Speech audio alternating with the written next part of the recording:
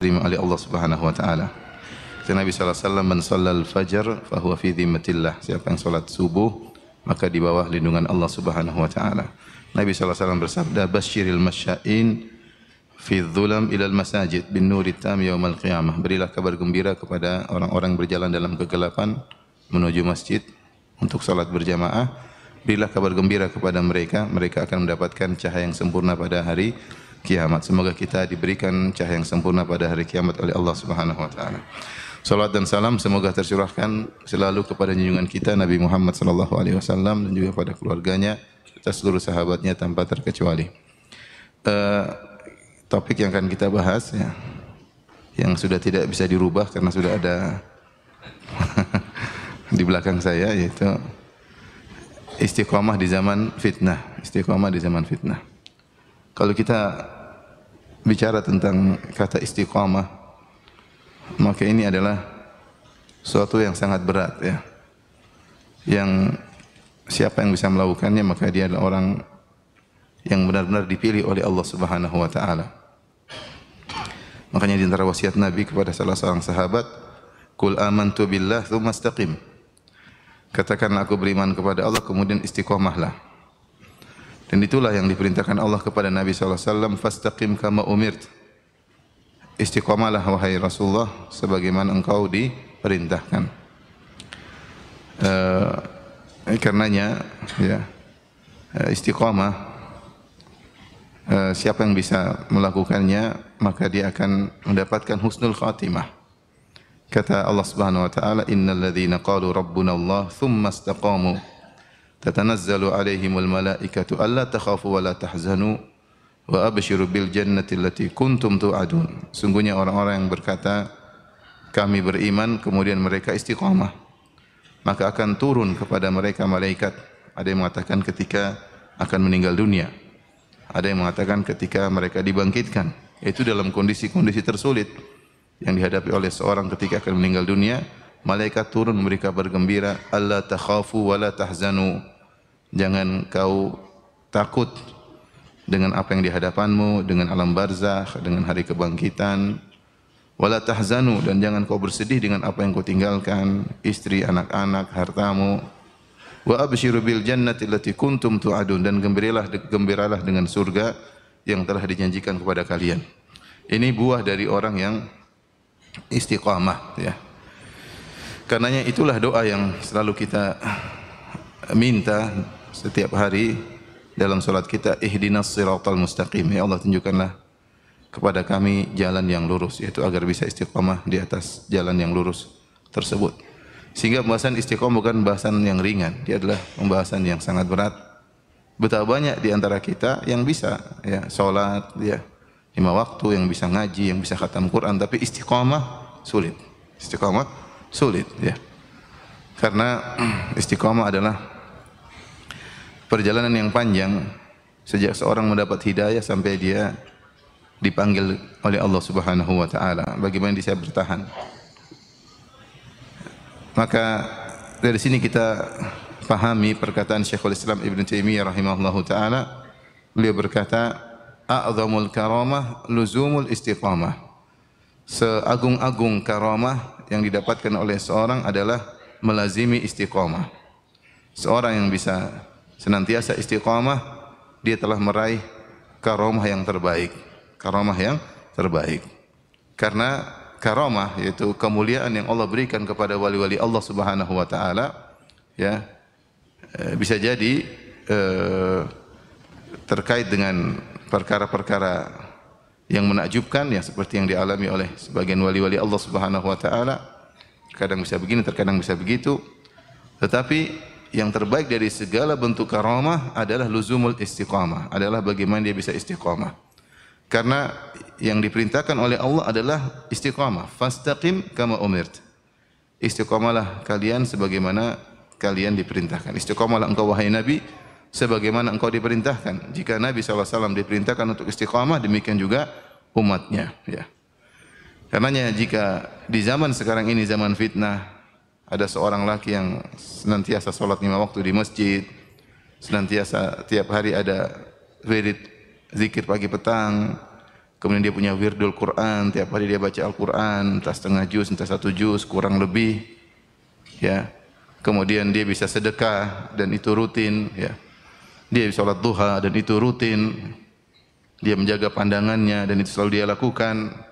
Maka ini adalah orang yang hebat. Inilah wali Allah yang sesungguhnya di zaman sekarang ini, ya. Di zaman sekarang ini, ya.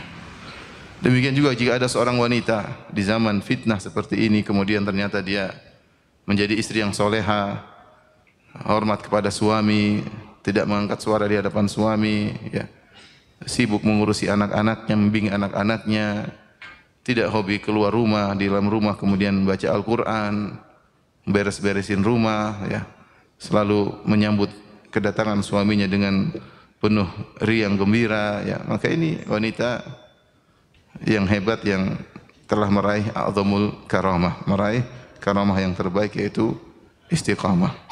Ini pernyataan dari Syekhul Islam Ibnu Taimiyah rahimahullahu taala yang menunjukkan bahwasanya istiqamah adalah perkara yang sangat luar biasa. Perkara yang sangat hebat. Jadi kalau seorang bisa istiqamah di zaman kita seperti ini, maka hendaknya dia banyak-banyak bersyukur kepada Allah Subhanahu wa taala. Allah telah berikan kepada dia karunia yang sangat besar. Taib, hadirin hadirat yang dirahmati Allah Subhanahu wa taala. Pembahasan kita adalah bagaimana agar kita bisa istiqamah di zaman fitnah. Fitnah adalah banyak maknanya, tapi di antaranya adalah hal-hal yang bisa membuat seorang keluar dari jalan yang lurus, ya. Bisa membuat orang terjerumus dalam kehinaan, ya. Dan fitnah itu sangat banyak. Ya, Rasulullah SAW kabarkan fitnah ummati al-mal, fitnah umat adalah harta, harta bisa jadi fitnah, ya. Jabatan bisa jadi fitnah, ya. Banyak, ya. Bahkan Rasulullah mengabarkan bahwasanya ada fitnah di keluarga, istri anak-anak juga bisa menjadi apa? Fitnah, ya. Istri bisa menjadikan seorang jauh dari jalan Allah. Anak-anak pun demikian, bisa menjauhkan seorang dari jalan Allah Subhanahu wa taala. Kemudian fitnah syubhat itu juga termasuk dari fitnah, ya. Di zaman sekarang terlalu banyak syubhat. Terlebih lagi fitnah syahwat, ya. Jangan tanya kalau fitnah syahwat sekarang sudah di puncak-puncaknya fitnah syahwat. Jadi kalau kita bicara tentang zaman kita adalah zaman fitnah, tidak diragukan lagi. Tidak diragukan lagi, sekarang zaman fitnah, ya. Belum lagi fitnah terkait dengan darah, disebut juga oleh para ulama dengan fitnah, terjadi peperangan, permusuhan, pertikaian, pembunuhan. Ya, belum fitnah terkait dengan berita, ya, kabar-kabar yang tidak jelas, ya. Ini juga adalah fitnah. Itu intinya fitnah adalah perkara-perkara yang terjadi yang bisa menjadikan seorang keluar dari jalan Allah Subhanahu wa taala. Itulah fitnah dengan berbagai macam model-modelnya, ya, yang berada di sekitar kita. Berada di sekitar kita. Maka dari sini kita tahu bahwasanya kita sekarang sedang berada di zaman apa? Fitnah. Apalagi sumber fitnah kita bawa terus, yaitu apa? HP ini sumber fitnah. Semua fitnah ada di HP. Ya, siapa yang ikut medsos maka dia sedang sibuk dengan apa? Fitnah. Fitnah syubhat, fitnah syahwat, fitnah berita yang tidak benar, ya. Semuanya ada di HP. Dan ini berlaku bagi laki-laki maupun wanita. Hati-hati dengan fitnah. Baik, kita tidak bisa terhindar dari fitnah. Fitnah meliputi kita dari segala sisi. Apalagi fitnah selalu kita kantongi, ya. Kita enggak bawa HP pun kita bertemu dengan orang-orang fitnah di hadapan kita. Apalagi kalau kita bawa HP. Apalagi kalau kita buka-buka medsos, tentunya kita sedang menghantarkan diri kita kepada fitnah. Maka seorang benar-benar harus waspada. Tapi di antara hal-hal yang membantu kita agar bisa istiqamah di zaman fitnah, yang pertama yang paling utama adalah doa. Ini perkara yang paling inti dari segala sebab-sebab istiqamah di zaman fitnah adalah banyak berdoa kepada Allah Subhanahu wa taala. Makanya di antara doa yang paling sering dibaca oleh Nabi sallallahu alaihi wasallam, ya muqallibal qulub, tsabbit qalbi ala dinik. Wahai pembolak-balik hati manusia, tegarkanlah hatiku di atas agamamu. Ya. Sampai ada yang bertanya kepada Nabi, "Ya Rasulullah, engkau sering sekali berdoa dengan doa ini. Ya muqallibal qulub, tsabbit qalbi ala dinik." Wahai pembolak-balik hati manusia, tegarkanlah hatiku di atas agamamu. Rasulullah menyatakan, "Innal quluba baina usbu'ain min asabi'ir rahman, yuqallibuha kaifa yasha." Ya. In syaa aqamaha wa in syaa azaghaha. Ya, sungguhnya jazakallahu khair. Kuenya mana kuenya? Biasanya ada kue baru minum kan? Enggak usah. Enggak usah Mas ya.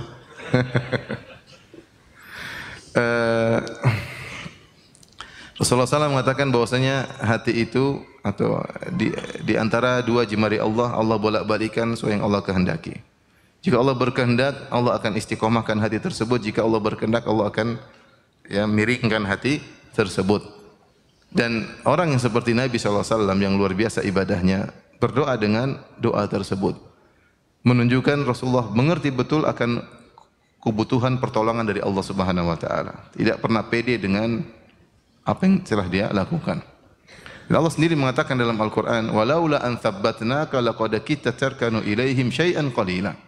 Kalau bukan kami kokohkan engkau wahai Muhammad, tentu kau akan cenderung kepada mereka orang kafir dengan kecenderungan yang sedikit. Allah kabarkan kepada Nabi, yang buat kamu istiqomah adalah aku, adalah Allah Subhanahu wa taala. Walaula an tsabbatna, kalau bukan kami kokohkan engkau wahai Muhammad, kau tidak akan bisa apa? Kokoh. Kau akan cenderung. Sehingga ketika Nabi berdoa, ya muqallibal qulub, Nabi perbanyak doa tersebut. Nabi mengerti betul sallallahu alaihi wasallam bahwasanya dia butuh dengan pertolongan Allah. Hati ini sangat mudah sekali berubah. Ya, Rasulullah telah kabarkan bagaimana di akhir zaman yusbihu rajulu mu'minan wa yumsi kafiran. Ada seorang di pagi hari mukmin, sore hari sudah kafir. Wa yumsi mu'minan wa yusbihu kafiran. Ada seorang di sore hari masih beriman, pagi hari besoknya sudah kafir. Menunjukkan betapa mudahnya hati ini berubah, dan ini sangat mungkin terjadi di zaman sekarang. Seorang sore hari masih beriman, kemudian malam-malam dia masuk di dunia internet, dia baca syubhat, dia ragu tentang Tuhan, selesai besoknya dia kafir. Sangat mudah. Dan ini yang paling penting adalah berdoa kepada Allah Subhanahu wa taala agar hati ini menjadi istiqamah, ya, dijaga oleh Allah Subhanahu wa taala, ya. Makanya ketika Syekh bin Baz rahimahullahu taala ditanya tentang seorang alim, ada seorang alim di negeri Arab yang bahkan dia mengarang banyak buku tentang tauhid, bantahan terhadap syubhat-syubhat. Di penghujung hayatnya dia murtad, ya. Dia murtad sampai dia menulis buku judulnya Hadhihi Hiyal Aglal. Syariat itu hanyalah belenggu. Syariat itu hanyalah apa? Belenggu. Padahal sebelumnya dia punya buku Sira' Baina At-Tauhid wal Wathaniyah, ya. Pertarungan antara tauhid dengan paganisme atau dengan kesyirikan. Kemudian dia bantah seluruh kesyirikan dengan bantahan yang sangat hebat. Bukunya sampai sekarang masih ada. Intinya orang seperti ini ditanya kepada Syekh bin Baz rahimahullah ta'ala, kok bisa ada orang seperti ini? Tadinya istiqomah, bukan istiqomah, ya, puncak istiqomah. Bahkan menjadi menjadi panutan. Mungkin Syekh bin Baz mengatakan rahimahullah ta'ala, bisa jadi dia tidak berdoa kepada Allah Subhanahu wa ta'ala. Dia lupa berdoa agar dikokohkan di atas apa? Di atas agama. Maka seorang jangan pernah pede dengan iman yang dia miliki. Jangan pernah pede dengan hafalan yang dia miliki. Jangan pernah pede dengan penampilannya, dengan jenggotnya yang panjang. Jenggot pun bisa bergetar. Jangan pernah pede. Hati ini sangat lemah. Hati ini diterpa dengan waridat, dengan hal-hal yang datang menerpa. Kapan mengenai klik, iblis memasukkan syubhat yang klik dengan connect dengan kelemahan di hati kita, maka kita bisa berubah waliyadzubillah. Maka di antara sarana yang paling mudah membuat kita istiqomah, banyak berdoa, ya muqallibal qulub tsabbit qalbi ala dinik. Demikian juga doa Rabbana la tuzigh qulubana ba'da idh hadaitana. Ya Allah, janganlah kau simpangkan hati kami setelah kau beri hidayah kepada kami. Demikian juga Rasulullah SAW bersabda, ta'awwadhu minal fitan ma dhahara minha wa batan. Beristi'adzalah kepada Allah dari fitnah baik nampak maupun tersembunyi. Maka kita berdoa, Allahumma inni a'udzubika minal fitani ma dhahara minha wa batan. Ya Allah, aku berlindung kepada Engkau dari segala bentuk fitnah yang nampak maupun yang tersembunyi. Fitnah banyak. Ada yang nampak, ada yang tersembunyi, masuk secara halus ke dalam hati seseorang. Di antara doa Nabi SAW juga, Allahumma inni as'aluka fi'lal khairat wa tarkal munkarat wa hubbal masakin. Wa idza aradta bi ibadika fitnatan faqbidni ilaika minha ghairu maftun. Sudah apa? Yang artinya Allahumma inni as'aluka fi'lal khairat, ya Allah aku mohon kepada Engkau untuk berbuat kebajikan-kebajikan, wa tarkal munkarat, dan untuk meninggalkan kemungkaran-kemungkaran. Wa hubbal masakin, dan untuk mencintai orang-orang yang susah, orang-orang yang miskin. Wa idza aradta bi ibadika fitnah, jika kau menghendaki fitnah menimpa suatu kaum, faqbidni ilaika minha ghairu maftun, maka cabutlah nyawaku dalam kondisi tidak terfitnah dengan fitnah-fitnah tersebut. Seorang berdoa, benar-benar berdoa, merengek-rengek minta kepada Allah agar terhindarkan dari fitnah, agar terjaga dari fitnah. Subhanallah, kita enggak tahu bagaimana penghujung kita. Itulah di antara hikmah takdir, kita enggak tahu bagaimana penghujung kehidupan kita. Makanya para salaf dahulu mereka disibukkan dengan bagaimana membuat mereka gelisah bagaimana penghujung hayat mereka. Mereka tidak ada yang pede, tidak pede dengan apa yang mereka miliki, karena hati ini sangat mudah berubah. Dan kita lihat contohnya, ada sebagian teman-teman kita ya, subhanallah, saya dulu ingat artinya saya dulu pertama kali ngaji ketika di UGM, ada sebagian kakak-kakak kelas, Masya Allah, penampilan, kemudian istiqamah, semangat luar biasa. Tahun 2000, tahun 98-99. Pertama kali saya ngaji, justru saya tertarik dengan mereka karena mereka menjadi panutan dengan semangat. Kemudian akhir-akhir ini saya tanya, gimana si fulan, bagaimana si fulan, bagaimana si fulan. Ustadz yang ini sudah berubah Ustadz, sudah enggak ngaji lagi, sudah gini-gini. Kenapa? Kok bisa? Saya tanya. Kayaknya dia salah nikah. Nikah sama seorang wanita yang tidak ngaji. Akhirnya dia terpengaruh dengan apa? Istrinya. Yang satu bagaimana? Yang satu juga Ustadz sudah enggak pernah ngaji lagi, sudah cukur ininya, sudah anu. Kenapa? Dia kayaknya kerjaannya. Artinya fitnah itu menimpa. Seorang bisa berubah karena istrinya, seorang bisa berubah karena pekerjaannya, seorang bisa berubah karena lingkungannya. Maka yang paling buat kita selamat, tidak ada yang bisa buat kita selamat kecuali Allah Subhanahu wa taala. Karenanya wasiat saya untuk diri saya pribadi, jangan lupa perbanyak doa, ya muqallibal qulub, tsabbit qalbi ala dinik. Berdoa minta kepada Allah. Kita ini lemah sekali. Mungkin fitnah wanita, mungkin fitnah syahwat, mungkin fitnah syubhat. Ya. Bahkan seorang yang berilmu, fitnahnya semakin kuat. Fitnahnya semakin kuat. Kalau Allah tidak beri petunjuk kepada dia, dia tidak akan bisa berhadapan dengan fitnah-fitnah tersebut. Tidak usah orang alim, orang seperti saya aja. Saya baca buku-bukunya Ahlul Bidah. Saya baca buku-buku filsafat. Saya baca karena saya harus tahu dan saya harus untuk bisa menjelaskan kesalahan mereka. Di depan saya syubhat yang luar biasa. Luar biasa, bisa membuat orang ragu tentang apa? Tuhan. Maka kalau Allah tidak memberi bimbingan, kita tidak akan apa? Selamat. Ya. Karenanya ini kiat yang pertama agar bisa selamat di zaman fitnah adalah dengan banyak berdoa kepada Allah Subhanahu wa ta'ala. Ingat Allah berkata kepada Nabi, walaula an thabbatnaka laqad kitta tarkanu ilaihim syai'an qalila idzan la adzaqnaka dhifal hayati wa dhifal mamat. Kalau bukan karena kami kokohkan engkau wahai Muhammad, tentu engkau sudah condong kepada mereka, engkau sudah terfitnah dengan mereka. Ini yang pertama. Yang kedua, agar kita selamat dari fitnah adalah ikhlas kepada Allah. Berusaha kita senantiasa melakukan apapun mengharapkan ridha Allah Subhanahu wa taala. Kita berkata-kata hendaknya ikhlas, berbuat hendaknya ikhlas, membantu kerabat ikhlas, membantu dakwah dengan keikhlasan, haji ikhlas, umrah ikhlas, berdakwah juga dengan keikhlasan. Semua yang kita lakukan, kita berusaha mencari keridhaan Allah Subhanahu wa taala. Karena orang yang ikhlas, dia yang selamat. Iblis berkata di hadapan Allah dalam surat Al-Hijr, "Fabima aghwaytani la uzayyinanna lahum fil ardi wa la ughwiyannahum ajma'ina illa ibadaka minhumul mukhlasin." Kata iblis di hadapan Allah, "Ya Allah, karena Engkau telah menetapkan aku sesat, maka sungguh aku akan menghiasi maksiat bagi anak-anak Adam. La uzayyina lahum fil ardi." Sungguh aku akan menghiasi maksiat di atas muka bumi bagi anak-anak Adam. Aku hiasi sehingga mereka terpengaruh dan ingin melakukan maksiat tersebut. Bahkan sebagian ulama mengatakan, sehingga kalau mereka meninggalkan maksiat tersebut, mereka gelisah. Enggak tentram kalau enggak maksiat.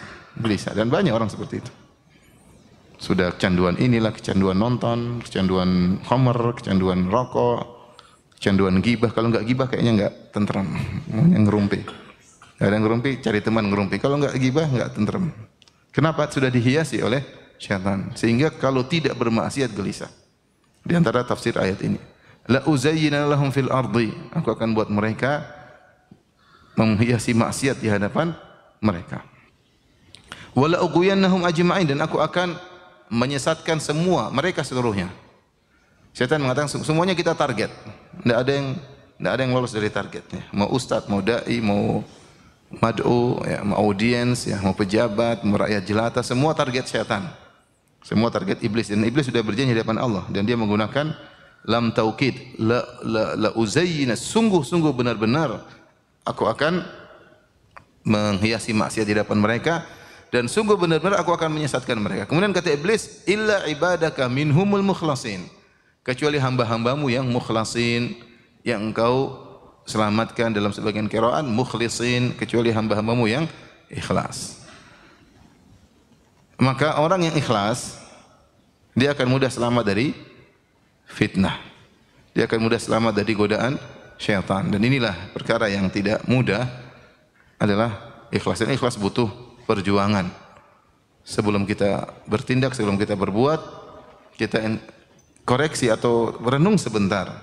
Sini melakukannya karena Allah atau bukan, meskipun sedetik. Dikatakan kepada salah seorang ulama di zaman salaf, dikatakan kepadanya, ala tahdurul janazah, tidakkah engkau menghadiri janazah, melayat janazah? Kata dia, makanakum hatta uhdhiran niyyat, sebentar dulu sampai saya hadirkan niat. Setelah itu ayo kita jalan. Butuh waktu sedetik untuk menghadirkan niat karena Allah, kemudian apa? Jalan, ya. Agar kita melatih diri kita untuk ikhlas. Siapa yang ikhlas, maka dia akan diselamatkan dari fitnah-fitnah. Makanya ketika Allah menyebutkan tentang ujian yang menggoda Nabi Yusuf alaihissalam, digoda oleh seorang wanita yang konon namanya Zulekha, tidak ada hadis sahih tapi dalam buku tafsiran mengatakan namanya Zulekha. Dengan godaan yang luar biasa, godaan yang sangat dahsyat. Maka Allah mengatakan, innahu min ibadinal mukhlasin. Kami selamatkan Yusuf alaihissalam dari godaan wanita tersebut. Kenapa? Innahu min ibadinal mukhlasin. Karena dia adalah dari hamba-hamba kami yang kami selamatkan. Dalam sebagian qiraah, innahu min ibadinal mukhlasin. Kami selamatkan dia karena dia termasuk hamba-hamba yang ikhlas, hamba kami yang ikhlas. Maka keikhlasan adalah sebab selamatnya seorang dari fitnah. Terutama fitnah wanita, banyak fitnah.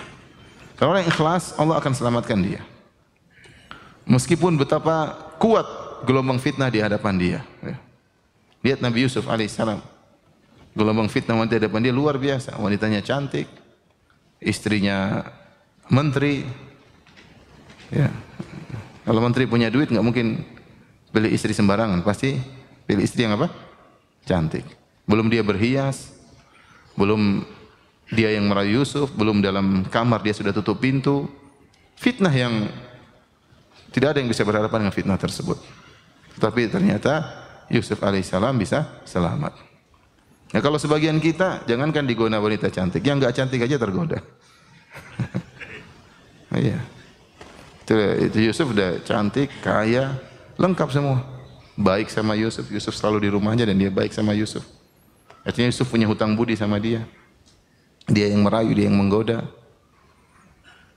Subhanallah, saya tidak bisa bayangkan bagaimana ujian yang dihadapi Nabi Yusuf alaihissalam.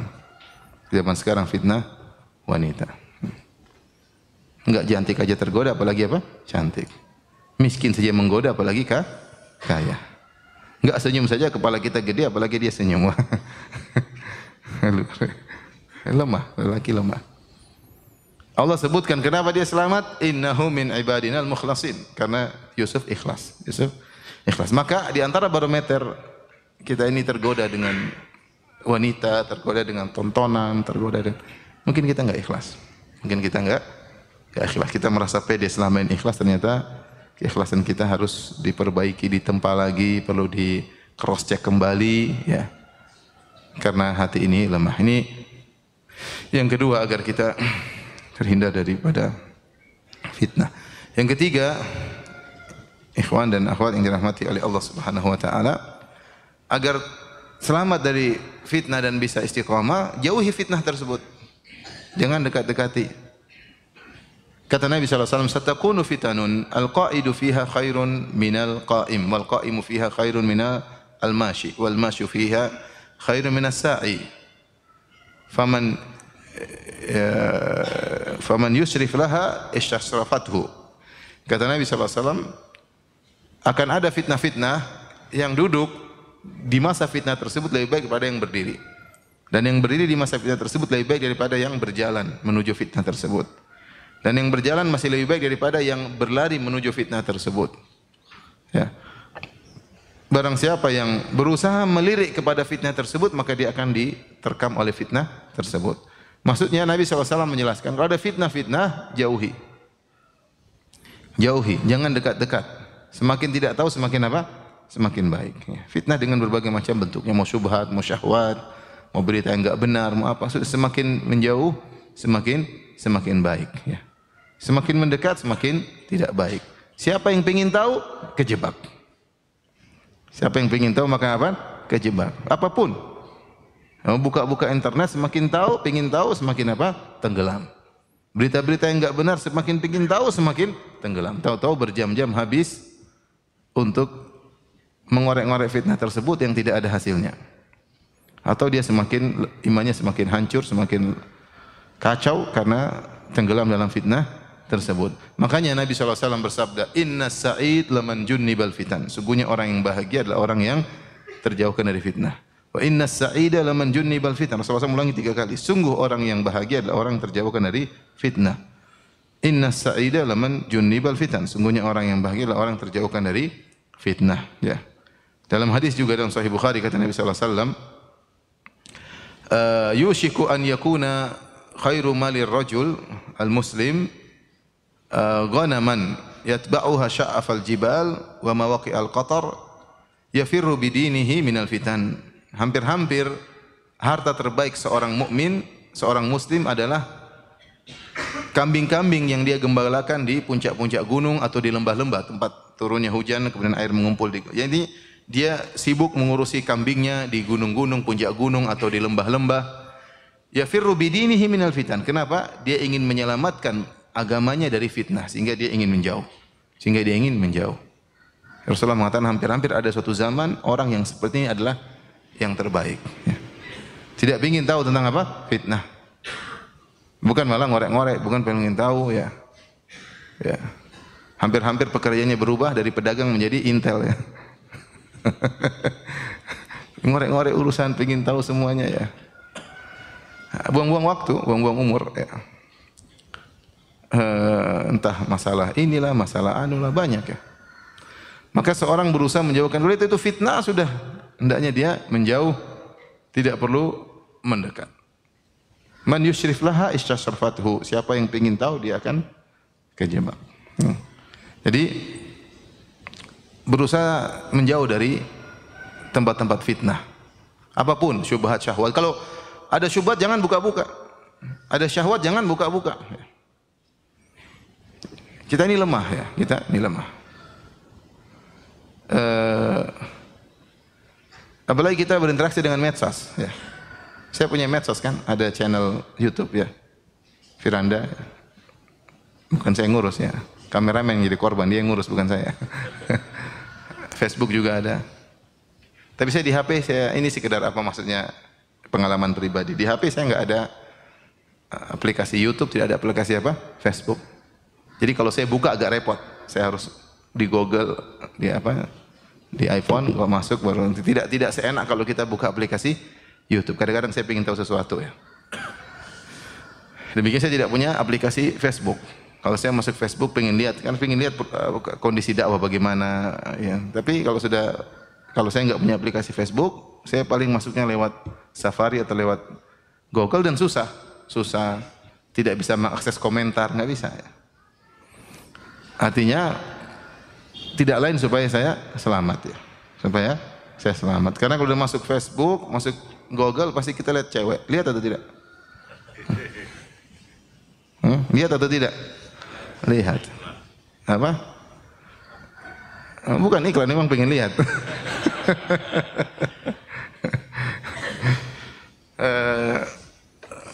Ya sudah. Ya itu kita begitu lihat cewek satu, noda hitam tempel di hati kita. Stres. Semakin melotot, nodanya semakin besar. Siapa yang selamat? Siapa sih laki-laki mana tidak pengen lihat apa? Cewek cantik. Pulang-pulang ke rumah lihat istri modelnya begini, pusing kepala. Ini contoh sekedar usaha. Saya usahanya kecil. Ada usaha yang lebih hebat. Saya ketemu kawan di Abu Dhabi, di sana di Imarat, ya, Dubai, Abu Dhabi. Ada teman itu orang Malaysia. Dia nggak bawa HP, saya nggak punya HP Ustaz. Subhanallah. Kenapa ya? Saya nggak berani, nggak mau punya HP. Terus ada apa-apa ya? Istri saya yang punya HP. Mungkin dia hafal telepon istrinya, dia tidak mau pegang apa? HP. Tahun 2022 masih ada orang nggak punya HP. Ada. Ini kisah nyata ya. Tidak lain dia tidak ingin terjerumus dalam apa? Fitnah. Ada orang seperti itu. Oleh karenanya agar selamat dari fitnah kita menjauh dari sumber-sumber apa? Fitnah. Kita ini apa sih? Ibadah sudah sedikit, baca Quran enggak jelas, tajwidnya enggak jelas ya. Zikir pagi petang sering lupa ya. Salat malam ya kalau bangun, kalau seringnya lebih banyak enggak bangun ya. Salat subuh ya kadang berjamaah, kadang tidak berjamaah ya. Salat qobliyah subuh sering jadi ba'diyah subuh. Terus masih buka-buka medsos, lihat ini, lihat anu, lihat ini, lihat anu. Ustaz saya ingin tahu berita. Ya, pembawa beritanya cewek cantik atau tidak? Hah? Cewek cantik atau tidak? Kalau enggak cantik enggak jadi pembawa berita. Apakah pembawa beritanya berjilbab syar'i? Enggak kan? Udah sama-sama tahu kita ya. Intinya waspada ya. Memang kita tidak bisa terhindar dari fitnah, tapi jangan kebablasan. Jangan apa? Kebablasan. Ya. Oleh karenanya di antara cara selamat dari fitnah adalah menjauh sumber fitnah, menjauh sumber fitnah. Kemudian yang ketiga, yang berikutnya, yang berapa ini? 4. Saya nggak usah cerita jauh. Ini cerita dari apa namanya? Jangankan orang yang sibuk nonton film di medsos atau di internet, bahkan seorang sibuk dengan dakwah saja bisa terfitnah. Ini kisah nyata, ada seorang punya istrinya ini suka berdakwah, mulai belajar agama, dia mulai berdakwah, mulai tahu dalil, mulailah dia masuk ke internet, sebarin ini, kemudian mungkin grup, kemudian dia masuk. Lama-lama sikapnya berubah terhadap suaminya. Lama-lama sikapnya berubah terhadap suaminya, mulai tidak cinta sama suaminya, mulai tidak respect sama suaminya. Ternyata gara-gara sibuk berdakwah, dia masuk dalam medan dakwah, ketemu dengan ikhwan-ikhwan ya. Ada obrolan, mungkin awalnya bicara dakwah. Gimana kalau sini, gimana Pak di sini, gimana? Mungkin chattingan, mungkin apa ya, namanya setan menghiasi. Yang ikhwannya juga terfitnah. Kalau WA sama ikhwannya kok jawabannya enak ya baca ya. Kalau WA dari suaminya kok kurang enak gitu. Sebaliknya suaminya, ini akhwat Masya Allah jawabannya luar biasa. Wah, lelaki itu lemah. Ya. Lelaki itu apa? Lemah. Buka pintu dia akan masuk. Bukan masuk dari pintu film atau pintu apa kayak enggak. Terkadang gara-gara interaksi bicara dakwah bisa terfitnah. Maksud saya tentunya kalau orang yang menjaga adab tidak ya, tapi setan itu masuk dari segala sisi. Maka seorang waspada, jangan menggampangkan pintu-pintu fitnah. Mengamalkan pintu-pintu fitnah. Kalau ada terpaksa harus WA sama akhwat ya, kalau terpaksa ya, maka jangan cengengesan-cengengesan di situ ya. Saya sering bilang, Ustadz misalnya ada akhwat nanya, Ustadz apa hukum ini? Oh jawabnya haram. Syukuran Ustadz. Hihihihi. Kemudian gambar senyum. Ustadz juga goyang ya. Ustadz juga goyang ya. Ustadz juga manusia ya. Makanya jangan buka-buka pintu tersebut ya. Dia tahu fitnah paling besar bagi laki fitnah apa? Ini sama fitnah perempuan adalah bagi perempuan adalah laki. Hati-hati. Ya. Saya termasuk lemah dalam hal ini. Saya enggak. Makanya saya semaksimal mungkin tidak ada perempuan yang kontak saya. Saya enggak mau. Bukan karena saya jagoan, enggak. Justru saya karena saya tidak jago itu makanya saya tidak mau. Yang hubungi saya nenek-nenek ada satu. Nenek. Dulu dua nenek-neneknya, tapi sekarang saya rubah nomor. Nenek satunya enggak tahu nomor saya. Benar-benar nenek-nenek punya cucu panitia pengajian. Ya. Mau dia ustadz ya nenek-nenek saya sudah enggak ada masalah. Tapi kalau enggak nenek repot. Karenanya jangan buka-buka pintu fitnah. Ingin selamat jauh dari apa? Fitnah. Termasuk makna ini seperti sabda Rasulullah SAW ketika ditanya, ya Rasulullah man najat? Hadis Uqbah bin Amir radhiyallahu taala anhu. Uqbah bin Abi Amir ya. Ya Rasulullah man najat? Ya Rasulullah apa jalan keluar? Kata Rasulullah SAW, jalan keluar adalah amsik lisanak wal yasa akbaituka wabki ala khati'atik. Kalau kau ingin selamat maka tahan lisanmu dan jadikanlah rumahmu itu lapang bagimu. Artinya jangan suka keluar. Sudah sibuk di rumah aja. Sebisa mungkin. Jadi lapang, senang di rumah. Senang di rumah karena ada urusan-urusan di rumah. Wabki ala khati'atik dan tangisilah dosa-dosamu.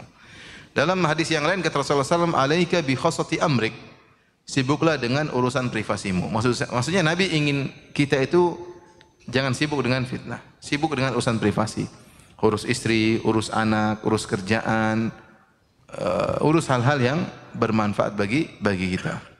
Ya, kalaupun harus ada keluar ya silaturahmi yang bermanfaat, yang urusan privasi kita kalau mungkin berdakwah oke, ya. Pokoknya urusan-urusan yang tidak ini enggak usah ya. Itu kalau ingin selamat dari apa? Dari fitnah. Ingin selamat dari fitnah. Jadi tahan lisan, ya jauhkan diri dari fitnah. Ini mungkin yang keberapa? Keempat ya. Sibuk dengan privasi sendiri. Jangan sibuk dengan privasi orang lain. Seorang terkadang terjerumus dalam fitnah karena ingin tahu urusan orang, entah fitnah ghibah, entah fitnah namimah. Ingin tahu urusan orang, akhirnya dia ikut komentar, komentarnya salah, tidak mendengar dari dua belah pihak misalnya. Makanya ada kisah apa namanya? Ada dan subhanallah saya bergaul selama saya sekolah di Arab Saudi ya. Saya punya teman-teman. Saya hampir dapati mereka kompak, teman-teman saya enggak tahu yang lainnya, teman-teman saya. Hampir saya dapati mereka kompak tidak suka ngurusin orang lain. Sifat yang maksudnya beredar di antara teman saya ini apa bahkan teman-teman saya semua hampir tidak pernah mau tahu urusan apa orang lain. Itu sifat yang sangat tersebar di antara teman-teman saya Arab ya. Teman saya dari sejak saya kuliah S1, S2, S3 semuanya demikian. Atau teman-teman bahkan teman saya ada teman saya polisi, teman saya intel, teman saya rata-rata tidak mau urusan apa? Orang lain. Sibuk dengan urusannya masing-masing. Ya. Itu sifat mereka. Makanya saya baca di apa namanya, ada seorang yang menulis ya. Dia suatu hari kata dia, saya minum qahwah. Qahwah itu kopi Arab, tahu kan? Kopi Arab ya. Pernah minum belum? Ya sudah enggak usah tahu. Jadi dia minum banyak. Ada orang penasaran datang kepada dia cerita, orang itu pun datang kepada saya. Kata, ya akhi, saya lihat kamu minum kopi Arab banyak sekali, tidak seperti yang lain. Yang lain mungkin berapa, dia sampai banyak minum lagi. Akhirnya orang itu cerita, saya bilang sama dia, kakek saya umurnya panjang lebih dari 100 tahun. Oh, itu sebabnya suka minum kopi sehingga kakek antum umurnya panjang lebih dari 100 tahun. Kata, bukan, kakek saya umurnya panjang, dia nggak pernah nanya-nanya seperti ini.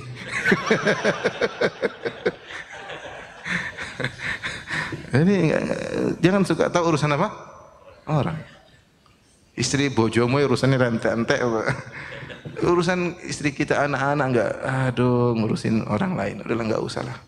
Itu agar selamat dari fitnah, karena kebiasaan kita pengen tahu urusan orang lain, jadi kita terjerumus dalam apa? Fitnah. Saya sampai pernah ditelepon sama seorang, Ustaz, ada dua kubu bersengketa. Aduh, saya enggak mau ikut. Ustaz, tolong dong masuk. Saya enggak mau. Kenapa saya enggak mau? Saya bilang, enggak ada ustaz lain kah? Sudah ustaz, sudah ketemu ustaz ini, ustaz itu. Nah, ustaz itu aja lebih senior dari saya, kalian tidak akur, apalagi saya ya. Jadi kalau bisa tidak mengetahui urusan orang itu lebih baik ya. Tapi meskipun terkadang kita ustaz terpaksa harus tahu urusan rumah tangga orang. Ya kan orang datang ke rumah mengeluh, ustaz ini suami saya gini, istri saya begini ya. Akhirnya kita tahu banyak urusan orang. Kalau antum ngapain tahu urusan orang? Antum bukan ustaz kan? Ya udahlah, kalau saya sih wajar harus tahu urusan orang. Artinya saya bisa mungkin jauhi, sibuk dengan privasi kita. Urusan anak-anak kita belum selesai, urusan istri-istri kita belum apa? Selesai. Mengurusin istri orang. Taib, di antara perkara ini yang keempat tadi, sibuk dengan privasi apa? Sendiri ya. Makanya ada kawan dulu, saya jalan sama dia dengan mobil. Lewat sedikit, Ustaz ini tanah ini ada sengketa gini masalah gini, kita tahu semuanya. Dia udah lagi, Ustaz ini begini ini bangunan ini, semua urusan dia tahu. Nah, ini seperti ini kapan ngajinya? Semua urusan dia tahu. Ya. Buat apa kita tahu? Memang urusan itu membuat kita masuk surga. Tahu urusan orang malah gawat ya. Enggak usah orang, bahkan di depan mata kita ada, kalau bisa enggak perlu tahu itu lebih baik. Ya. Rasulullah mengatakan apa? Minus Islamil mar'i tarkuhu ma la ya'ni. Di antara keelokan Islam seorang meninggalkan yang bukan urusannya. Kemudian yang terakhir mungkin ya adalah berusaha berpegang teguh dengan sunnah sebisanya. Apapun yang bisa kita kerjakan sunnah Nabi kita kerjakan. Mulai dari penampilan kalau bisa Islami, laki-laki ya penampilan Islami lah. Ini membantu kita untuk istiqomah. Kita misalnya yang punya jenggot ya pelihara jenggotnya, kemudian celananya sesuai dengan sunnah Nabi Shallallahu Alaihi Wasallam, jangan di bawah mata kaki. Apapun kata orang nggak ada masalah. Sungguhnya penampilan kita Islam ini menghalangi kita untuk dari bermaksiat. Di antara sebabnya ya. Rasulullah SAW mengatakan, innahu may ya'ish minkum fasayara ikhtilafan katsira. Siapa di antara kalian hidup setelahku akan melihat banyak perselisihan. Fa alaikum bisunnati. Hendaknya kalian berpegang teguh dengan apa? Sunnahku. Jadi berpegang teguh dengan sunnah Nabi sebisa mungkin. Orang mau apa biarin aja ya. Ibu-ibu juga demikian ya. Berusaha menggunakan jilbab syar'i ya. Ya berusaha menghormati suami ya. Orang mungkin lain pada ibu pada sibuk sana kemari. Jangan terpedaya ya. Ingat firman Allah, waqarna fi buyutikunna, tetaplah di rumah kalian. Kalau enggak perlu keluar enggak usah keluar. Kalau perlu ya silahkan keluar, enggak ada masalah ya. Jalankan sunnah-sunnah. Salat 5 waktu di masjid, salat qabliyah ba'diyah, qiyamul lail, salat malam, ada baca Quran, sudah sunnah Nabi kita kerjakan. Kalau ada melihat suatu tundukan pandangan ya yang haram, jalankan sunnah Nabi. Kata Imam Malik rahimahullahu taala, as-sunnatu safinatu Nuh. Faman raqibaha naja wa man tarakaha gharik, atau man takhallafa anha gharik. Sungguhnya sunnah adalah kapalnya Nabi Nuh. Siapa yang naik maka dia selamat, siapa yang ketinggalan dia akan tenggelam ya. Kita hidup di zaman yang memang berat menjalankan sunnah. Dalam hadis kata Rasulullah SAW mengatakan suatu zaman yang berpegang al-mutamassik biha, yang berpegang teguh dengan sunnah Nabi SAW, kal qabid alal jamrah, seperti orang yang memegang bara api. Ya. Kita hidup di zaman ya seperti itu, tapi ya kita sabar ya menjalankan sunnah Nabi Shallallahu Alaihi Wasallam. Siapa yang semakin menjalankan sunnah Nabi, maka dia akan dicintai oleh Allah Subhanahu Wa Taala. Kalau sudah dicintai oleh Allah, Allah akan jaga. Dalam hadis qudsi kata Allah Subhanahu Wa Taala, "Wala yazalu abdi yataqarrabu ilayya bin nawafil hatta uhibbah." Senantiasa hambaku mendekatkan dirinya kepadaku dengan sunnah-sunnah sampai aku mencintainya. Fa idza ahbabtuhu, kalau aku sudah mencintainya, kuntu sam'ahu alladhi yasma'u bihi wa basarahu alladhi yubsiru bihi. Ya, wal yadu allati yabtishu biha wa rijlu alladhi yamshi 'alaiha, dalam riwayat wa lisan alladhi yantiqu bihi wa qalbuhu alladhi yaqilu bihi. Kalau aku sudah mencintainya, aku menjadi tangannya, menjadi pandangannya, menjadi tangannya, menjadi kakinya, menjadi hatinya, menjadi lisannya. Artinya Allah bimbing semuanya, Allah bimbing pandangannya. Dia akan gelisah kalau melihat yang haram. Allah akan bimbing telinganya. Dia tidak akan gelisah kalau mendengar yang haram. Allah bimbing tangannya, kakinya tidak melangkahkan kaki kecuali ke tempat yang baik. Allah akan bimbing lisannya. Dia akan berbicara dengan perkataan yang baik. Allah akan bimbing hatinya. Dia akan gelisah kalau memikirkan perkara yang buruk. Caranya bagaimana? Sibuk dengan sunnah Nabi Sallallahu Alaihi Wasallam. Bukan berarti sibuk dengan sunnah tidak interaksi. Enggak, interaksi secukupnya. Sama tetangga kita senyum, ada yang sakit kita kunjungi, itu juga sunnah Nabi. Itu juga sunnah Nabi SAW. Ada waktunya silaturahmi. Tetapi kita berusaha menjalankan sunnah-sunnah Nabi semaksimal mungkin, sebisa mungkin. Semakin banyak sunnah Nabi kita kerjakan, semakin mudah kita dijaga oleh Allah Subhanahu wa Ta'ala. Terakhir, kita ambil praktek yang dilakukan oleh Nabi Yusuf alaihissalam terhadap fitnah wanita yang Allah abadikan dalam surat Yusuf ya. Karena ini diantara fitnah yang besar yang dihadapi oleh para lelaki. Adalah fitnah apa? Wanita. Ya. Allah sebutkan ya, wa rawadatu allati huwa fi baitiha nafsihi wa ghallaqatil abwaaba wa qalat hayta lak qala ma'adallah innahu rabbi ahsana mathwaya innahu la yuflihudz zalimun. Wa laqad hammat bihi wa hamma biha laula an ra'a burhana rabbi kadzalika linasrifa anhu su'a wal fasha innahu min ibadina al mukhlasin wastabaqal baba wa qaddat qamisahu min duburin wa alfa sayyida ladal bab, dan seterusnya. Allah sebutkan tentang kisah Nabi Yusuf digoda oleh seorang wanita cantik jelita, konon namanya Zulaikha. Di mana Zulaikha adalah wanita istri dari seorang menteri bendaharawan Mesir, dan dia sangat cantik jelita, dan dia sudah lama kenal Yusuf karena Yusuf tinggal di rumahnya, ya. Dan dia sangat baik sama Yusuf, namanya majikan baik sama Yusuf. Kemudian dia sudah menghiasi dirinya, hai talak, dalam qiraah hi tulak, itu aku persiapkan diri. Dia mengindahkan dirinya, membuat penampilan yang menarik. Kemudian dia bawa Yusuf dalam kamarnya, kemudian dia sudah tutup segala pintu-pintu, semua ditutup. Kemudian dia yang merayu, dia mengatakan hai talak, ya. Dia yang merayu. Kemudian syahwatnya sudah berkobar dan Yusuf sudah bergerak syahwatnya sebagai seorang pemuda. Ini adalah ujian yang mustahil untuk seorang untuk lolos dari ujian ini. Terutama ujian wanita, ya. Lelaki ujian paling berat apa? Ujian apa? Wanita. Ma taraktu ba'di fitnatan adhar 'ala rijal minan nisa. Aku tidak pernah meninggalkan fitnah bagi lelaki yang paling besar seperti fitnah wanita. Apalagi Yusuf ganteng. Apalagi Yusuf ganteng. Orang ganteng biasanya pede ya. Kalau enggak ganteng malu-malu. Kalau ganteng ya mudah ganggu cewek ya, pede ya. Semua fitnah terkumpul Yusuf, dia masih muda, jauh dari kampungnya. Tapi bagaimana dia bisa selamat? Ada hal-hal yang buat beliau selamat. Ya, kita berusaha terapkan. Pertama, ikhlas. Innahum minal mukhlasin. Beliau ikhlas kepada Allah. Dan buah dari keikhlasan dia diselamatkan oleh Allah Subhanahu wa Ta'ala. Yang kedua, dia berlindung. Qala ma'adallah. Ma'adallah, aku berlindung kepada Allah. Yang ketiga, dia mengingat kebaikan Allah. Innahu rabbi ahsana mathwaya. Ini ada dua tafsiran. Innahu rabbi ahsana mathwaya ada maknanya, sungguhnya suamimu baik sama aku. Bagaimana aku mengkhianati dia dengan berzina dengan istrinya. Dalam tafsiran yang lain, innahu rabbi ahsana mathwaya, sungguhnya Tuhanku Allah sudah baik sama aku. Bagaimana saya bermaksiat kepada Tuhan yang telah berbuat baik kepadaku. Makanya di antara cara kita meninggalkan maksiat, ingat kebaikan-kebaikan Allah. Kalau Allah mau cabut kapan saja bisa. Allah telah berikan kita banyak kenikmatan, Allah sudah berikan kepada kita istri yang syar'i, kemudian kita cari kelezatan dengan cara yang haram. Kemudian berikutnya Nabi Yusuf alaihissalam kabur dari lokasi. Wastabaqal bab, kabur.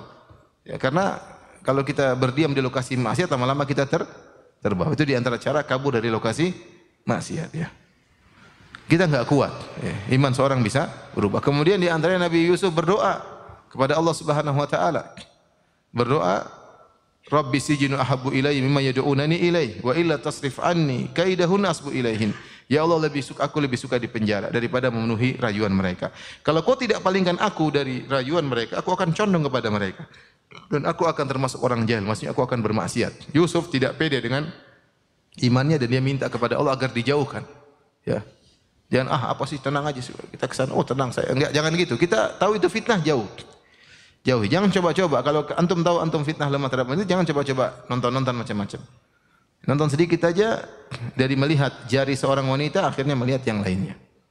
Fitnah menggerakkan seorang dan akhirnya kalau sudah maksiat sedikit sekalian, ya. Makanya perkataan seorang tentang takwa, khalid dzunuba saghiraha kabirah dzaka tuqa wasna kamashin fawqa ardi syauqin yahdharu ma yara. Tinggalkanlah dosa-dosa yang besar maupun yang kecil adalah takwa. Dosa besar tinggalkan, dosa kecil adalah takwa. Jadilah engkau seperti orang berjalan di atas bumi yang penuh dengan duri, takut terinjak. Ya, kalau seorang sudah injak duri sekali, darah sekalian aja, enggak ada masalah. Nah, itu biasanya orang maksiat demikian. Sudah lihat sedikit, ya sudah wes kadung wes terlanjur. Sehingga dia memudahkan maksiat karena dengan alasan wes kadung nanti tobatnya sebentar lagi. Hati-hati. Jadi kabur dari tempat maksiat. Kemudian juga jangan meremehkan tadi. Kata Zulaikha, "Wa laqad rawattuhu an nafsi fastasam." Aku sudah merayu-rayu Yusuf dan dia fastasam, dia berpegang teguh, tidak kasih celah sedikit pun. Tidak kasih celah sedikit pun. Yusuf tidak pernah kepada Zulaikha, "Ya Mbak, rapo ngobrol." Enggak, dia enggak kasih celah sedikit pun. Enggak terima rayuan sedikit pun. Maka jangan kasih celah kepada wanita sedikit pun. Ada orang WA mulai kita ya ganggu goda dikit atau terima godaannya sedikit, jangan. Kita ini lemah. Fastasam sejak awal tidak ada basa-basi, enggak ada. Macam ganggu goda-goda, blokir. Dia kirim foto, blokir. Fotonya enggak usah di-save, dihapus. Pokoknya enggak ada basa-basi dalam urusan ini. Saya enggak mau terfitnah, saya lemah ya. Saya lelaki. Saya lemah. Ya, ini contoh yang Allah contohkan tentang kisah Nabi Yusuf, maka tinggal kita praktek. Berapa tadi? Yang pertama apa? Ikhlas. Yang kedua, berlindung kepada Allah. Yang ketiga, ingat kebaikan Allah. Yang keempat, kabur dari tempat maksiat. Yang kelima, berdoa agar dijauhi Allah. Yang keenam tadi, jangan kasih celah sedikit pun. Demikian apa yang dia sampaikan kepada ikhwan akhwat yang rahmatillah subhanahu wa taala. Semoga Allah menganugerahkan istiqomah kepada kita dan menjauhkan kita dari fitnah. Oh, ada pertanyaan yang tidak dapat 5 hadiah. Mana hadiahnya dulu? Sembako. Oh ya, ada salah. Baik, siapa yang bertanya saya persilahkan. Ya, silakan. Pertanyaan saya yang nanya gitu maksudnya. Oh ya, silakan Pak, silakan. Assalamualaikum warahmatullahi wabarakatuh. Waalaikumsalam warahmatullahi wabarakatuh.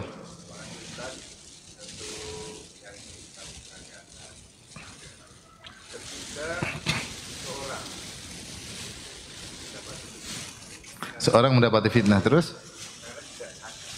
tidak sadar. Tidak ada di dalam saran fitnah, tersanjung oleh fitnah. Ini saya tanyakan adalah bagaimana kita minta tolong kepada kawan siapapun mengingatkan kita karena ketidaksadaran. Atau yang kedua, bagaimana caranya mengingatkan kawan yang menurut kita sedang terfitnah. Ya, fitnah itu membutakan. Fitnah itu membutakan. Seorang sudah terjebak dalam fitnah, dia ada kelezatan. Karena fitnah itu lezat. Fitnah itu apa? Lezat. Fitnah harta, orang terombang-ambing dalam harta dengan kemewahan, bangga dengan jamnya yang mahal, bangga dengan mobilnya yang mewah, bangga dengan dia tidak sadar. Dia pikir suatu hal yang semua orang juga begitu. Dia membutakan dia. Atau fitnah wanita. Dia ini orang juga semuanya begitu, kecengengesan sama istri orang biasa. Dan macam-macam, atau fitnah tentang berita ini, berita anu. Maka kita jadi orang artinya bersikap kepada orang lain di mana orang lain paham kita ini mudah dinasihati. Kita ini mudah. Sehingga orang kalau mau nasihati kita dia tidak pakai untuk nasihati kita. Ada orang tipenya sulit dinasihati. Sehingga temannya tahu dia terjun dalam fitnah, percuma dibilangin, nggak mau dengar. Diomongin juga nggak mau dengar. Ini biasanya orang yang angkuh, orang yang ujub, orang yang sombong susah untuk nasihat. Tapi kita sejak awal sudah membuka diri. Dan kadang-kadang kita bilang, kalau saya ada salah nasihati dong. Jadi kita sudah memposisikan diri kita untuk mudah dinasihati. Sehingga kalau kita terjerumus dalam fitnah, ada teman yang mau kasih tahu. Karena tipe-tipe orang yang susah. Biasanya orang itu pintar atau ilmunya tinggi atau dia kaya atau dia darah biru, darah ungu, makanya susah dikasih tahu. Ya. Nah, kita jangan seperti itu. Jadi kita ketemu orang kalau ada apa-apa kasih tahu ya. Saya ini enggak lupa juga, nama kita minim ilmu enggak. Sehingga kita membuka diri untuk siap dinasehati. Kapan kita terjebak dalam fitnah, ada teman kita lihat, dia akan dengan nyaman kasih tahu kita. Sehingga kita tidak terbutakan dengan fitnah tersebut. Adapun kalau kita lihat teman kita terjebak dalam fitnah, kita kasih tahu di antara kewajiban kita. Kalau kita sayang sama dia, kita panggil atau kita ajak makan bareng, ngobrol berdua dengan mukaddimah yang indah. Kita bilang, Masya Allah saya lihat engkau Masya Allah sunnah ini, kemudian engkau semangat dalam dakwah. Tapi saya lihat ada satu yang kayaknya kalau kau tinggalkan kau lebih sempurna. Jadi bukan kamu itu udah ngaji kayak gue, ini jangan gitu ya. Jenggot panjang goyang juga, jangan gitu. Enggak, maksudnya dengan bahasa yang tidak mencela tapi mengangkat, kau lebih sempurna seandainya kau tidak melakukan hal itu ya. Terus kita nasihati. Orang ingin wal kalimatu thayyibatu sadaqah, kata-kata yang baik adalah sedekah. Silakan. Sembakonya langsung dikasih. Masya Allah. Jazakallah khair ya. Pertanyaan berikutnya ya. Waalaikumsalam warahmatullahi wabarakatuh.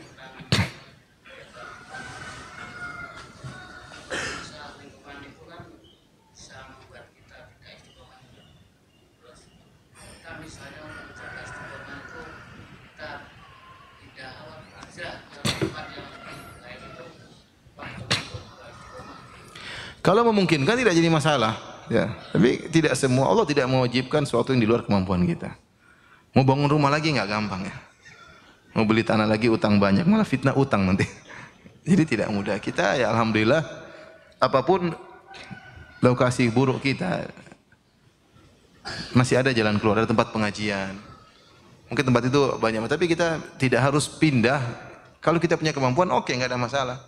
Kita pindah cari lokasi yang lebih baik atau lebih ringan sehingga anak-anak kita lebih terjaga, istri kita lebih terjaga, kita pun lebih terjaga. Tapi tidak semudah yang kita bayangkan ya.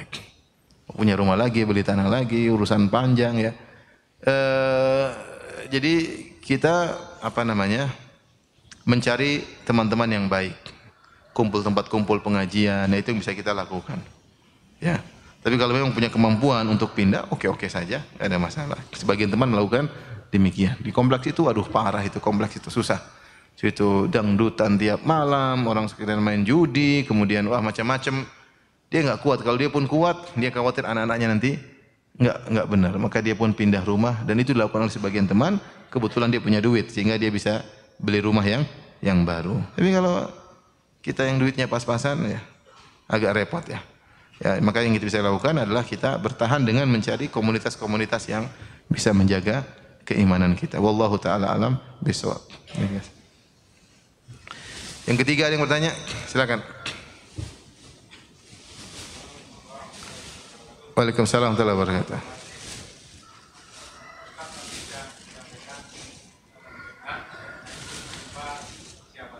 Iya.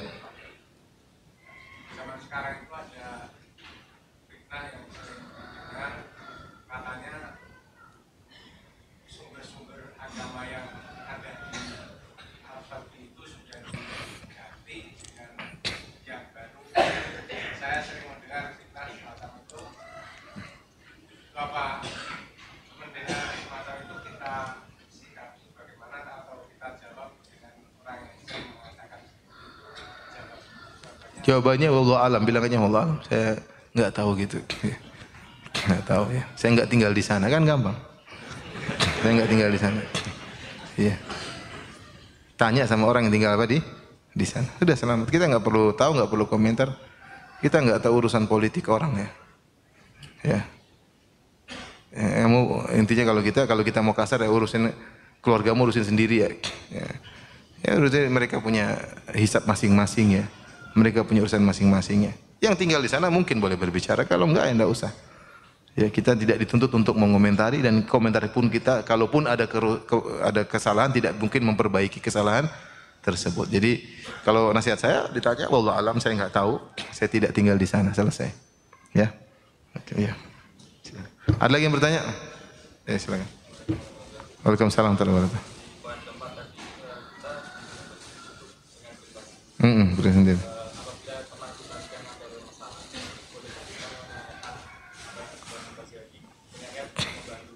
Boleh, boleh. Iya, boleh. Kalau kita di antara membantu teman, terutama teman yang memang kita tahu teman dekat, yang dia membuka diri dan memang dia biasa curhat sama kita, ya kita bantu teman. Kalau kita tidak bantu, siapa lagi yang kita harapkan bantu dia? Konsekuensi berteman adalah membantu teman kalau dalam kondisi apa? Susah. Kita bukan cari cerita urusan orang, tapi ini sangat nampak jelas. Misal dia nangis terus, ini kamu udah nangis depan kita diam-diam aja. Dia tanya, kamu kenapa nangis gitu. Kalau dia membuka diri ya alhamdulillah, kalau enggak ya udah lagi ini. Ya udah. Ya kita lihat, tapi intinya kita lebih ngerti tentang teman kita. Kalau kita rasa kita perlu tahu urusan dia karena dia dekat, dia ini, ya kita enggak apa-apa. Tujuan kita untuk apa? Membantu. Itu memang keluar dari privasi, tapi itu sunnah membantu saudara yang dalam apa? Kesulitan ya. Bukan ada dua orang, ngobrol apa sih? Ya. Nimbrung dong, ya. Oh, nimbrung. Itu enggak boleh. Tapi kalau ada manfaatnya enggak ada masalah. Tapi pertanyaan terakhir. Ya.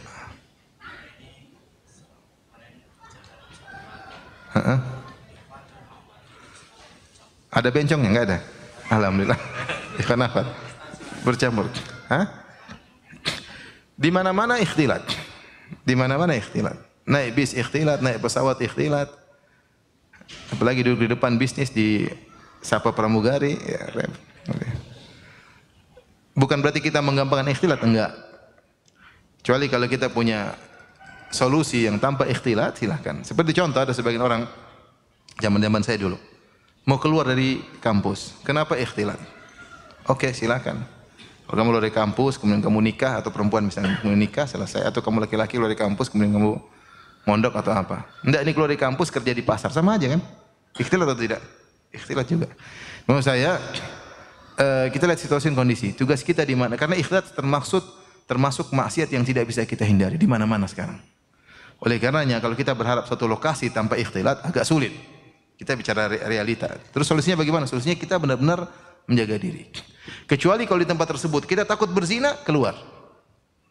Saya kerja terus, ada cewek yang goda terus dan saya takut berzina. Udah keluar aja, tinggalin. Blokir, tapi ceweknya diblokir ya. Masing-masing. Jadi lihat kondisi masing-masing. Ada tempat kita ikhtiar tapi kita masih bisa menjaga diri. Oke, enggak ada masalah. Seperti kita mungkin di pasar, meskipun laki-laki perempuan campur, pembelinya juga cewek enggak pakai jilbab syar'i, tapi kita bisa menjaga apa? Menjaga diri. Adapun untuk menghindar ikhtiar sama sekali agak susah ya. Agak sulit. Ya, saya saja sebagai ustadz saya tidak ikhtilat, tapi kalau saya mengisi pengajian ikhtilat. Naik pesawat, ya. Belum ada pesawat salafi, belum ada.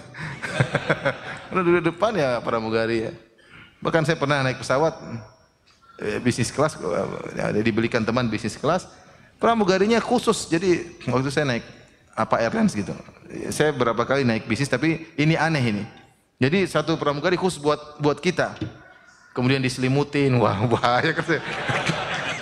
Diselimutin ya, diselimutin habis itu loh. Ini benar maksudnya ya gimana? Ya, repot ya. Makanya kalau bisa bawa istri, tapi kan duit nggak ada, bawa istri melulu. Jadi maksud saya ikhtilat fitnah yang tersebar di mana-mana. Lihat kondisi kita, kalau kita di kondisi benar-benar kita bakalan berzina, tinggalkan kantor itu, udah pergi ke tempat yang lain. Tapi kalau kita masih bisa menjaga diri, di mana-mana banyak apa? Ikhtilat, tinggal kita. Jadi tadi fasta'asom, jangan buka-buka celah bagi apa? Wanita. Datang, "Gimas, nggih, udah kita aja nggih. Ya, assalamualaikum." Selesai, sibuk lagi gitu. Jangan, nggih ngopi ya, selesai. Rumahnya di mana? Repot. Kita laki-laki. Ya, laki-laki ya. Repot ya. Udah ya, sampai sini aja kajian kita. Semoga Allah menyelamatkan kita dari apa? Fitnah. Demikian wabillahi taufiq wal hidayah. Assalamualaikum warahmatullahi wabarakatuh. Subhanakallahumma wa bihamdika.